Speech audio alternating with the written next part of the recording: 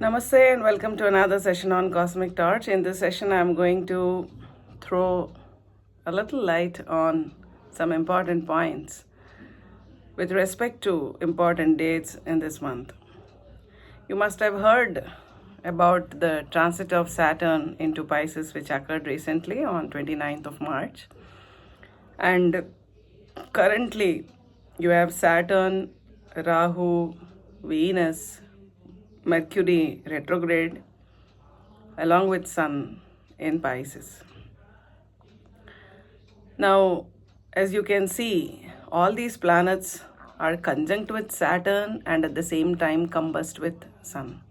Venus is an exaltation, but the problem is it is combust with Sun and it is conjunct with Saturn. Though Venus and Saturn are friends, conjunction with Saturn brings a delay in the processes related to Venus in your respective chart. With any planet it conjuncts, it would bring down the momentum of those aspects. Now, the points that you have to remember is Mercury is in debilitation and retrograde, combust, and conjunct with Saturn. This is a very important point, and it will be so till 7th of April. Now, the problem of this combustion will get alleviated on 14th of April when Sun will move into Aries. It will not only leave all these planets, prevent the combustion of all these planets, it itself will move into its exalted sign. So till 14th of April, the condition is a little sensitive.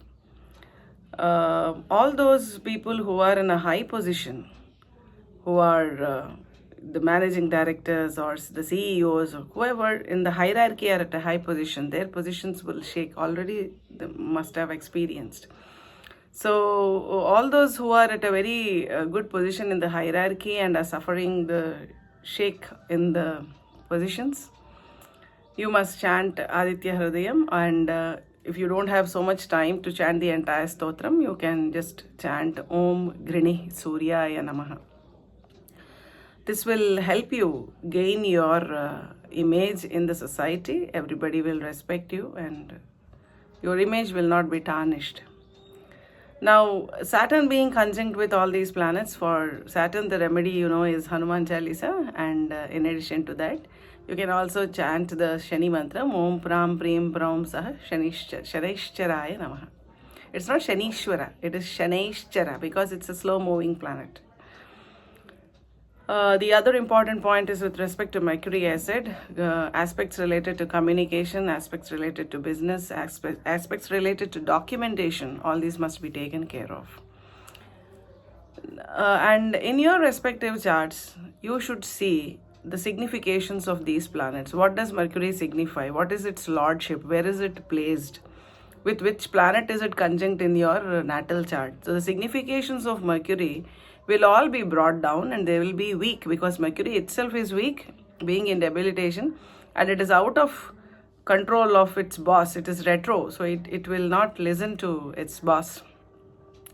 So being weak and not listening to its boss and being conjunct with Saturn, and all these planets being in a watery sign, bring about a turbulence in the emotions.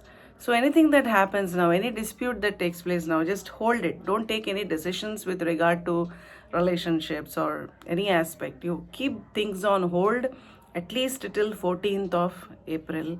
When Sun will move into exaltation, then you can look for a good date and then start your tasks, or you can rework on your relationships. Now, another important point is from today, Mars is in Cancer, it is in debilitation. Mars being in debilitation is a serious problem. Now, the earlier case when all these planets came into Pisces, effect on individuals is considerably or comparatively lesser when you compare it with the effect on a group or an organization. And the scope for natural calamities also is more when you have so many planets in the watery sign, especially in Pisces. But now Mars going into debilitation will affect every individual depending upon the significations of Mars in their chart. you have to check for Mars's significations. If it is your 10th lord, if it is placed in 10th house or 10th cusp, then you must be careful with your workplace environment. Aspects related to your workplace will be weak, they will not be supportive. So if it is signifying 7th house, if it is the 7th lord or placed in 7th house, then those aspects will be hampered. Now the other things that you must see is, from Cancer, what are the signs or cusps it is aspecting in your chart. You know, Mars has 3 aspects: the 4th aspect, the 7th aspect, and the 8th aspect. Wherever it is, for example, now it is sitting in Cancer. Count to Cancer as 1. Cancer sign is 1, Leo is 2, Virgo is 3, Libra is 4. So its drishti falls on Libra. What is Libra in your chart? Is it your 10th house? Is it your 9th house? If it is your 9th house, it is debilitated Mars is aspecting your 9th house. That means your fortune will be brought down. Your spiritual aspects will be weak. You will not be able to focus well. So if it is aspecting the 10th house, then Karmasthana. If it is aspecting your 11th house, then your wish fulfillment, your wishes will not be fulfilled at a normal pace. There will be hurdles in it. And a fiery planet has entered into a watery sign. So be careful with those turbulences. Any injuries, machine related injuries, sharp objects related injuries, accidents. And in general, because Cancer sign is the 4th sign in the Kala Purusha Chakra, and 4 signifies vehicles, 4 signifies mother's health has to be taken care of. So the remedy is you chant Hanuman Jalisa, and if you don't have so much time, you chant this mantra, Hanuman Karya Siddhi mantra. Tvamasmin Karya Niryoge Pramanam Harisattama Hanumanyatnamastaya Dukkakshaya Karo Bhava. Chant this. Offer a pomegranate to Lord Hanuman. If every day you can do it, well and good. So, and Vishnu Sahasram is the best remedy for any astrological problem.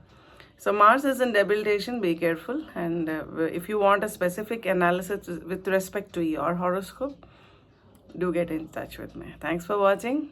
Stay happy, stay blessed. Share, like, and spread the information among all those who might be interested. Good day.